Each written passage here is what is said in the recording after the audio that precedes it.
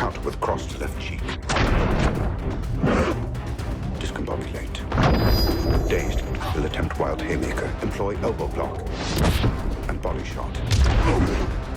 The 1950s marked the pinnacle of world boxing with iconic fighters like Sugar Ray Robinson, Rocky Marciano, Sonny Liston, and Jake LaMotta gracing the ring. It was rightly hailed as the golden age of boxing, capturing the admiration of audiences. However, amidst the spotlight on these renowned champions, there lurked a dark underbelly that threatened to undermine the sport. In this video, we will discuss the most infamous schemes in boxing's history. So before diving in, give this video a thumbs up and subscribe to this channel for more videos. Mafia's dark infiltration. Behind the scenes, a sinister force, the Mafia insidiously infiltrated boxing, transforming it into a realm where financial interests eclipsed sporting prowess. The Mafia cared little for the inherent athleticism, their focus was solely on monetary gains. Regardless of a boxer's skill, achieving champion status became contingent on compliance with the gangsters' rules. Conversely, even a mediocre fighter could be elevated to champion status with the right connections, as those pulling the strings reaped the rewards of their supposed success. Illicit practices, such as rigged fights, became commonplace, penetrating even the highest echelons of the sport. Fighters and managers found themselves compelled to pay kickbacks to stage matches, and many champions found themselves under the direct influence of the Mafia. Today, I will narrate the tale of how organized crime seized control of one of America's most beloved sports, turning it into their personal playground. Enter the Mafia and boxing, a story of the sport's descent into the clutches of the underworld. To understand the infiltration of the Mafia into boxing, we need to rewind a bit and trace the entire trajectory of this phenomenon. Contrary to the idea that the 1950s saw an abrupt intrusion of the mob into a previously clean sport, the connection between American boxing and organized crime is a reciprocal one. Many fighters, at the conclusion of their boxing careers, transitioned into the realm of gangsters, while numerous gangsters became involved in boxing as managers or promoters. This symbiotic relationship is not surprising, considering that both realms are centered around violence. For today's discussion, we'll set aside the psychological and social reasons behind the attraction of gangsters to martial arts and the transition of fighters into a life of crime. Instead, we'll focus on the financial aspect. If boxing hadn't been lucrative, the interest of gangsters in the sport would likely have been minimal. However, the reality was quite the opposite. So let's explore how it all began. Boxing is relatively easy to manipulate compared to sports like soccer or baseball, which involve numerous participants. With just 2 fighters in the ring and a handful of referees, bribing one of them could easily fix the outcome. For instance, paying a boxer to throw the match without the opponent's knowledge, or bribing a referee to favor your fighter by stopping the fight strategically or delaying the count, were common tactics. This exploitable nature of boxing naturally attracted the attention of gangsters who organized rigged fights. Maddens' criminal journey. As the sport's revenue grew, so did the involvement of organized crime. One of the pioneers in elevating boxing betting to a substantial level was Madden. Let's kick off our story with him. Interestingly, Madden's tale is not only significant in the context of organized crime penetrating boxing, but also as an independent and notable figure in the criminal world. Madden belonged to a select group of gangsters who emerged at the turn of the 20th century, a period vividly depicted by Martin Scorsese in Gangs of New York. Unlike many others who either faded into obscurity or met their demise, Madden managed to adapt to the evolving landscape of organized crime. This shift saw the underworld move from petty extortion to infiltrating labor unions and engaging in the illegal alcohol trade. In the turbulent world of organized crime, figures like Monk Eastman and Paul Kelly, leaders of the 2 largest gangs in the late 19th century, either faded into the background or met unfortunate ends. Madden, however, defied the odds. As mentioned earlier, Madden embarked on his criminal journey within the realm of street gangs, initially involved in theft and petty extortion. Swiftly ascending the ranks, he assumed leadership of his gang, earning the ominous nickname Killer, a moniker that reflected his ruthless reputation. During the early 1910s, Madden faced a significant setback when he received a 20-year prison sentence. However, he served just under 9 years, released early for demonstrating good behavior. This period of incarceration did little to dampen Madden's resilience or hinder his future endeavors in the complex world of organized crime. By 1923, with prohibition underway and labor unions gaining strength, Madden successfully reorganized, becoming a key figure in New York's criminal scene. His interest in boxing grew alongside his wealth from bootlegging and racketeering. Madden not only sponsored young boxers but manipulated outcomes by arranging rigged fights where opponents were bribed or intimidated to lose. Driven by a more ambitious idea, Madden aimed to turn a mediocre fighter into a world champion and profit from their eventual defeat.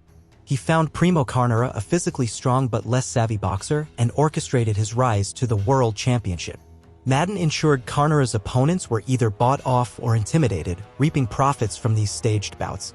However, Madden's plans hit a snag when facing boxer Max Baer in 1934. Attempting his usual tactics, Madden failed to buy off Baer, who steadfastly refused involvement even in the face of threats. Unwilling to resort to extreme measures, Madden eventually backed down, leaving Baer untouched. Betrayed by Madden, Carnera suffered a brutal defeat at the hands of Max Baer, ending up in a hospital bed with severe injuries. Despite making profits, Madden vanished without covering Carnera's medical expenses. The emergence of Frankie Carbo. In the evolving landscape of boxing, a more formidable figure, Frank Carbo, emerged. Compared to Madden, Carbo's exploits surpassed Madden's scheme. During Madden's era, boxing saw the rise of promoter Mike Jacobs, who dominated the industry for decades. Our focus shifts to Paul John Carbo, later known as Frankie Carbo. Born in 1904 in New York, Carbo grew up in a criminal environment, leading to a troubled youth and prison time for manslaughter. Joining Murder Incorporated, Carbo was involved in notorious hits, including murders alongside Bugsy Siegel. Carbo's criminal trajectory set the stage for his significant influence on the future of boxing. Carbo possibly ordered hits in the Murder Incorporated murders and, after avoiding punishment, climbed the ranks in boxing. Starting small, he signed boxers, taking a percentage of their fees and extracting payments from fight organizers. Carbo orchestrated fake fights following Madden's principles. Expanding his roster brought in more money, but to grow further, he had to deal with Mike Jacobs, who owned Joe Louis. After Jacobs survived an assassination attempt, he sold Carbo the 20th Century Boxing Club in Madison Square Garden for $100,000. The International Boxing Club, IBC, under Carbo's control, gained the right to organize fights at Madison Square Garden. Carbo's rise was almost unopposed. The IBC, now under him, organized 47 of 51 U.S. championship fights from 1949 to 1955, profiting from ticket sales and TV rights. This excludes non-title fights and undercard matches with significant betting activity, solidifying Carbo's dominance in the industry. It's crucial to highlight several key individuals in Carbo's network, including his criminal associate Frank Pomo, known as Blinky, and the faces of the IBC, wealthy businessman James Norris and renowned lawyer Truman Gibson. Together, they orchestrated a lucrative network that profited immensely from boxing. Firstly, Carbo retained ownership of fighters, earning money from their fees. His impact on the life of heavyweight champion Sonny Liston is noteworthy, and I'll delve into that later. Secondly, Carbo found it easier to organize fake fights and profit from betting. An example will illustrate this process. Thirdly, his almost total control over fights at Madison Square Garden, the country's premier venue, allowed him to demand fees for allowing boxers to compete there. Fourthly, Carbo capitalized on the financial aspects of the business, earning substantial revenue from ticket sales and TV broadcasts. Lastly, he wielded every advantage typical of an industry monopoly. Concrete examples of Carbo's influence on boxers' destinies illustrate his power in the boxing world. Let's start with Jake LaMotta. If you've watched Martin Scorsese's film Raging Bull, starring Robert De Niro, you'll have insight into LaMotta's story. Jake LaMotta criminal trajectory. If you've seen Raging Bull, you're familiar with Jake LaMotta's story. Born in 1922 to an impoverished family in the Lower East Side of New York City, LaMotta faced a tumultuous childhood marked by an abusive, alcoholic father. His anger, unmanageable at home, manifested in frequent fights and delinquency, eventually leading him to a correctional boarding school. There, he discovered boxing as a means to channel his aggression. Upon his release, LaMotta continued training and gained significant prowess in the sport. The Mafia, a constant presence in boxing gyms seeking talented fighters, took notice. Despite being threatened, LaMotta, having socialized with many in their circle, avoided physical harm. However, he refused to entrust his career to them. Outside of Madison Square Garden, LaMotta participated in numerous impressive fights, accumulating 64 wins, 11 losses, and 3 draws in 78 appearances over 6 years. Despite being hailed as the uncrowned middleweight champion of the world, he struggled to secure a championship fight, hindered by the influence of the mafia. In addition to blocking a championship fight for Lamoda, the gangsters occasionally resorted to bribing judges to ensure Jake's losses. While they didn't physically harm him, they mercilessly beat him psychologically. Lamoda, driven by the desire to become a world champion, eventually broke down and made a deal with the mobsters. In exchange for losing certain fights, he would finally receive a long-awaited title fight and $100,000 in cash. The fight arranged through this deal was against Billy Fox, rumored to be promoted by Carbo and Pomo, mirroring Primo Carnera's promotion by Maddens in the past. Playing by the gangster rules, Lamoda secured his title fight and won it. Carbo, Pomo, and others involved made substantial profits betting on Fox, considered an underdog. The question arises, would Lamoda have ever gotten his title shot without getting involved in this venture? Basilio's rise in the boxing world. Basilio's career progressed steadily, engaging in 4 fights and winning them all by the end of his first professional year in 1948. By 1953, he emerged as one of the brightest and most promising fighters in the welterweight division, reminiscent of Lamoda's trajectory. However, like Lamoda, he faced challenges in securing a title fight. Carbo invited Basilio's manager, Dijon, to a meeting where he explained that to secure a title fight, they had to share a portion of their fee with Carbo and his underlings. Dijon conveyed this condition to Basilio, who, as the story goes, refused to yield part of his fee. Basilio challenged Dijon to appease Carbo's appetite from his own pocket. John calculated the numbers and realized that he was still getting a fair deal at that rate and accepted the deal. Basilio then faced Kid Gavilan in a very disputed fight, but Gavilan won by a split decision. It was likely that everything was rigged from the start, as Gavilan was part of Carbo's partner Blinky Palermo's stable.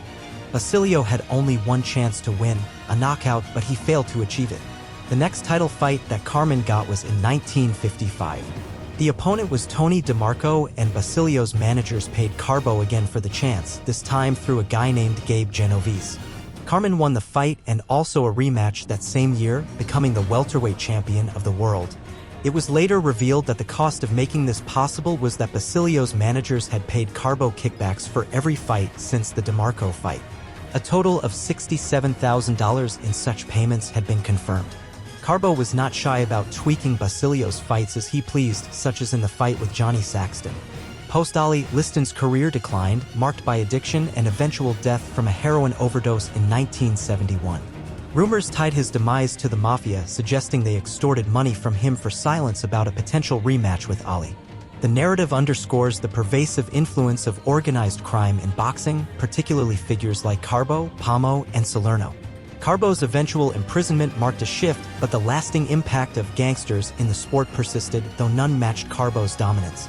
So here we conclude our journey. Do like and subscribe to our channel for more videos.